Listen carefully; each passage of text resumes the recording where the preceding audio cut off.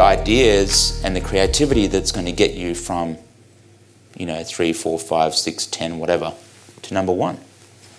Doing things differently is what's going to get you there, not doing the same shit everyone else is doing, right?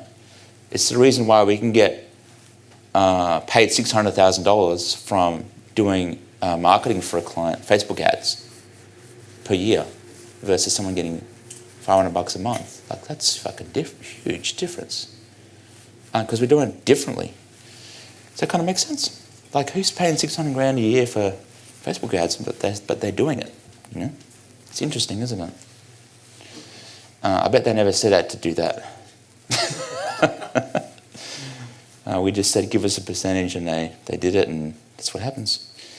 But it's interesting how when you do something very different, a different outcome happens. Change your strategy, change your results.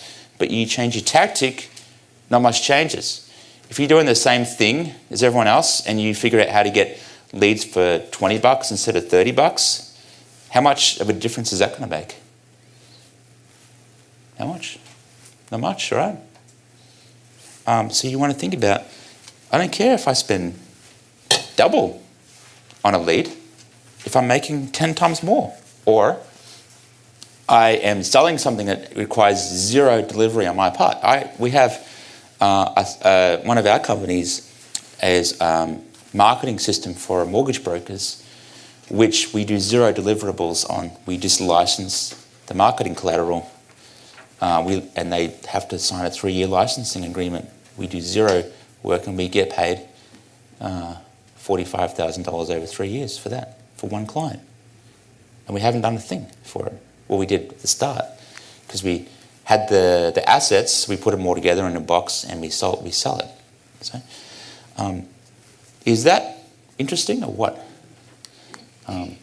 We're buying companies where some of the companies we bought, we didn't put any money in, because we, like Dan said, we're going to give you the marketing to double, triple your company if you give us equity, right? That's pretty cool. So redeploying assets for geometric growth. Thinking about the things that you have in your business, we're going to go through that. I guess the thing I want you to take away from this is stop doing the whole dollar per hour thing. Start thinking about how you and your team can create assets that you can sell, a license, franchise, whatever it's going to be. Does that make sense? Is everyone on the same page? Does everyone want to do this? Yeah? Yeah? Cool.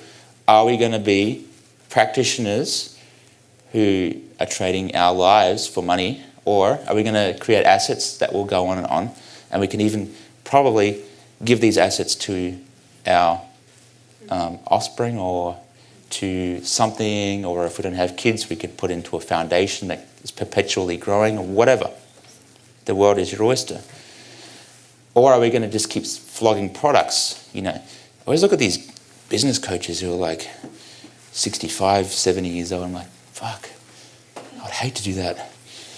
I don't even want to be on Facebook when I'm that age. I'm going to delete my account one day. Right? Do you want to keep working forever? I don't, particularly. Maybe you do. Cool. Your greatest opportunity for success lies under your feet, your own acres of diamonds. Who knows the story of the Acres of Diamonds? Anyone? Please, hands up. No? Oh, this is a cool story. I love this story. I tell it to my salespeople all the time. I'm preaching at them all the time. I have a sales manager full-time, but I just get really passionate about calling them up, telling them stories and fables and parables and shit to get them worked up. And they love it. Well, I don't know if they love it. Does Jace love it? He says he loves it. I was talking to our sales team at 1 a.m. this morning. Oh, I've got to show you this post, this message, the chat. This is like, Karen was like, what kind of employees are talking to their boss at 1 a.m.? I'm like, well, pretty much all of my people do. Because we love it. We love it. It's fun. Our business is fun. I have no stress. So Russell Conway is the guy who wrote the story. Don't know if it's true or not. I mean, it's probably true. Who knows? Doesn't matter. Story of this guy. There was this guy who had a farm in Africa, and he wasn't doing very well. He was just getting by. It was a pain in the ass to run this bloody farm. Anyone have been on a farm before? It's not fun, right? It's shit. Got to get up early, got to work hard, get a few bucks. It's not a good life. And so he was doing this thing, and he was like, he heard all these rumors, like there's all these people are discovering all these diamond mines across Africa and making millions of dollars. And he's like, man, I hate my life. All I've got is my bloody donkey and my dusty field and growing some corn, whatever. So he goes, okay, that's it. I'm going to sell everything I have, and I'm going to travel across Africa looking for diamonds. So he does that. And 40 years later, he comes back to his hometown, broken, and just in a shitty frame of mind. He goes, man, I spent my whole life looking for diamonds. I didn't find anything, and I'm even more broke than I even started. Should have stuck to my farm. And the other story was the guy who bought the farm of this dude starts digging to plant some more crops, and he starts seeing these diamonds.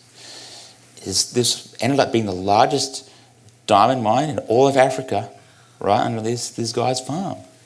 So the story is that your greatest opportunity for success lies right under your nose or under your feet right now. Take away from this that what we have right now is going to make us millions of dollars. Going out and getting new clients, sure, is good, but if you didn't run a single ad for the rest of your life, you could still make millions of dollars. This is how I grew my first company. I didn't know anything about marketing. I just worked my assets. And I doubled that company every year for 7 years in a row, and then hated computers and sold it. That's what happened. But your greatest opportunity is what you've already got.